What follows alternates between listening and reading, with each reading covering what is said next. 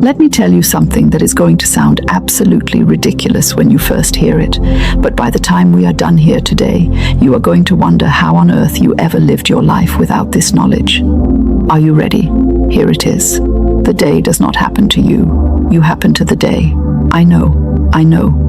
You are sitting there right now, maybe still in your pajamas, maybe with a coffee cup that is already cold because you forgot about it 3 times, and you are thinking, lady, have you seen my mornings? My mornings happen to me like a freight train happens to a bicycle.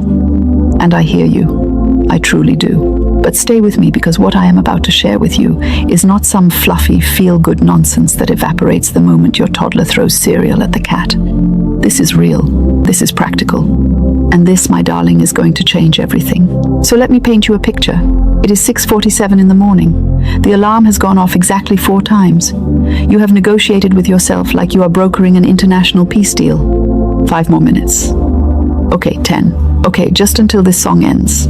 Okay, fine. I will shower tonight. You finally drag yourself upright, and before your feet even hit the floor, your brain has already started its morning broadcast, and the headlines are not good. Today is going to be terrible. I am already behind. I forgot to reply to that email 3 days ago. Why is the dog looking at me like that? I do not have enough time. I do not have enough energy. I do not have enough of anything. And you have not even brushed your teeth yet. Now here is what nobody tells you, and this is the juicy part. The part that the universe has been trying to whisper to you every single morning, and you keep missing because you are too busy arguing with your snooze button. Those thoughts you are thinking, those assumptions you are making about the day before the day has even had a chance to introduce itself, they are not just thoughts. They are instructions. You are literally programming your experience before you have poured your first glass of water. You are writing the script of your day in the first 10 minutes of consciousness, and most of us, bless our sleepy hearts, are writing horror stories. But here is the glorious, magnificent truth. You can write something different. You can walk into your day like you own the place, because spiritually speaking, you do. The universe is not some cold, indifferent machine grinding along without caring about you. It is responsive, it is alive, and it takes its cues from you, particularly from what you assume to be true. Your assumptions are not passive observations. They are active invitations. When you assume the day is going to be hard, you are sending out an engraved invitation that says, "Dear hardship, please attend. Refreshments will be served." And hardship, that punctual little guest, always shows up right on time. But when you assume something different, something higher, something that aligns with the good that is already yours by divine right, watch what happens. Watch how the traffic parts. Watch how the right people appear. Watch how the thing you needed most lands in your lap at exactly the moment you needed it. This is not magic. Well, it is magic, but it is the kind of magic that works on perfectly logical, observable, repeatable principles. And I'm going to walk you through all of it today. Now, I want you to think about the last time you woke up and just knew it was going to be a good day. Maybe you had slept well. Maybe something exciting was happening. Maybe you had a dream so wonderful you were still smiling when you opened your eyes. And what happened that day? Things flowed, did they not? You hit green lights. Someone complimented your outfit. The meeting went better than expected. You found a parking spot right away. You probably thought, what a coincidence. What a lucky day. But it was not luck. It was assumption. You assumed goodness, and goodness showed up to confirm your assumption. The day obeyed you because you told it what to do before it had a chance to make up its own mind. Now I want you to think about the opposite. The morning you woke up with dread sitting on your chest. The morning you thought, this is going to be one of those days. And was it? Of course it was. Because you told it to be. You are that powerful. The problem is, most of us are using that power in the wrong direction, and we have no idea we are doing it. We think we are just being realistic. We think we are managing our expectations. We call it being practical. What we are actually doing is pre-suffering.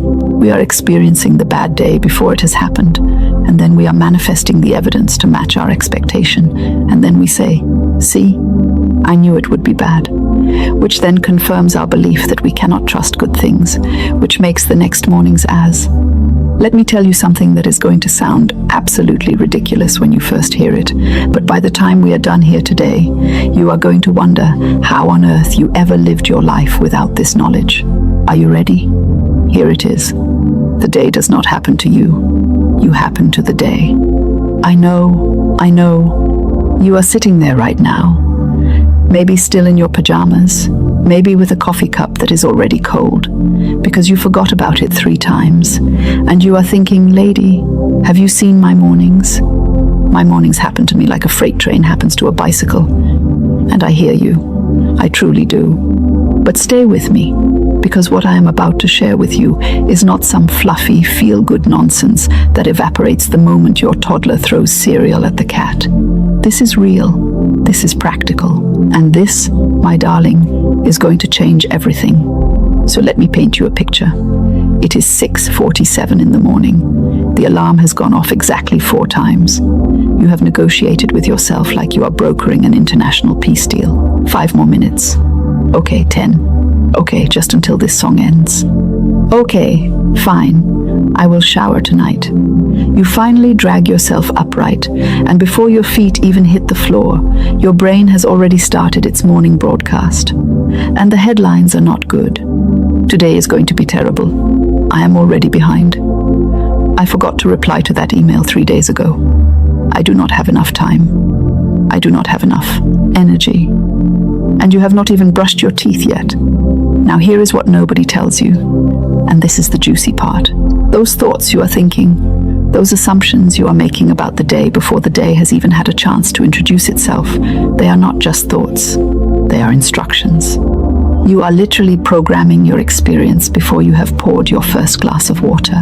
You are writing the script of your day in the first 10 minutes of consciousness, and most of us, bless our sleepy hearts, are writing horror stories. But here is the glorious truth. You can write something different. You can walk into your day like you own the place, because spiritually speaking, you do. The universe is not some cold, indifferent machine grinding along without caring about you. It is responsive. It is alive. And it takes its cues from you, particularly from what you assume to be true. Your assumptions are not passive observations. They are active invitations. When you assume the day is going to be hard, you are sending out an engraved invitation that says, "Dear hardship, please attend. Refreshments will be served." And hardship, that punctual little guest, always shows up right on time. But when you assume something different, something higher, something that aligns with the good that is already yours by divine right, watch what happens. Watch how the traffic parts. Watch how the right people appear. Watch how the thing you needed most lands in your lap at exactly the moment you needed it. This is not magic. Well, it is magic, but it is the kind of magic that works on perfectly logical, observable, repeatable principles, and I am going to walk you through all of it today. Now think about the last time you woke up and just knew it was going to be a good day. Maybe you had slept well. Maybe something exciting was happening. And what happened that day? Things flowed, did they not? You hit green lights. Someone complimented you. The meeting went better than expected. You probably thought, what a lucky day. But it was not luck. It was assumption.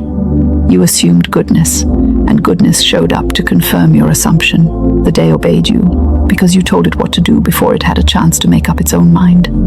Now think about the opposite. The morning you woke up with dread sitting on your chest. The morning you thought, this is going to be one of those days. And was it? Of course it was. Because you told it to be. You are that powerful. The problem is, most of us are using that power in the wrong direction, and we have no idea we are doing it. We think we are just being realistic. We think we are managing expectations. We call it being practical. What we are actually doing is pre-suffering. We are experiencing the bad day before it has happened, and then manifesting the evidence to match our expectation, and then saying, see, I knew it would be bad, which confirms our belief that we cannot trust good things. It is a cycle. It is a groove that gets deeper every time you run the same track. But here is the good news. If you carved that groove, you can carve a new one. And you do not need to overhaul your entire life to do it. You do not need to wake up at 4 in the morning and meditate for an hour and drink celery juice and recite affirmations in 17 languages. You need to change your morning assumptions. Just that. Start there. The rest will follow. Because when you change your inner world, your outer world has no choice but to rearrange itself accordingly. Let me tell you about the game of life, because that is exactly what this is. It is a game, and like all games, it has rules. The trouble is, nobody hands you the rule book when you are born. You just get dropped into the middle of the board and start playing by whatever rules you picked up from the people around you, which for many of us were rules like, life is hard, and nothing comes easy. And who do you think you are to expect good things? Those are the rules of a losing game. They were handed to you with love, probably, by people who believed them sincerely, but sincerity does not make a rule true. It just makes it feel very real. The real rule, the one that actually governs how this game works, is this. What you image in your mind and assume in your heart becomes your reality. Your subconscious mind does not distinguish between what is real and what you vividly imagine and repeatedly affirm. It takes everything at face value and works tirelessly to produce the evidence. This is not a metaphor. This is not poetry. This is how the human mind works, and it is how the universe responds to human consciousness.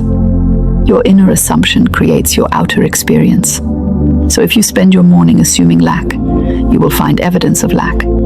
If you spend your morning assuming struggle, you will find plenty of struggle to confirm your assumption. But if, and this is the pivot, if you spend your morning assuming that good things are already on their way to you, that the day is full of divine appointments and unexpected blessings, and the exact resources you need exactly when you need them, then that is what you will find. The day will organize itself around your assumption. It will obey you. Now, let me give you a simple framework for understanding this, because I know some of you are very logical people who need the bones of the thing before you can embrace the flesh of it, and I love that about you. So here are the 3 layers of a morning assumption, and why each one matters. The first layer is the conscious assumption. This is what you tell yourself deliberately right after you wake up. Today is going to be good. I am ready for what this day brings. Everything I need is already being arranged for me. This is what most people focus on when they think about positive thinking, and it matters, but it is just the top layer. The second layer is the emotional assumption. This is how you feel about what you are telling yourself. You can say, today is going to be great, while feeling a low hum of dread in your stomach, and your emotional assumption will override your verbal one every single time. The feeling is the transmitter. The feeling is what sends the actual signal. You cannot just parrot words at yourself and expect the universe to be fooled. You have to actually feel the truth of what you are affirming. The third layer is the subconscious assumption. This is the deepest and most powerful layer. This is the accumulation of everything you have ever believed about yourself and about life and about what you deserve. This is the layer that runs on autopilot while you are busy doing other things. And this is the layer that most determines your experience, because it is operating around the clock, shaping your perception, influencing your decisions, and attracting your circumstances. Now here is the beautiful thing about mornings specifically. The window of time right after you wake up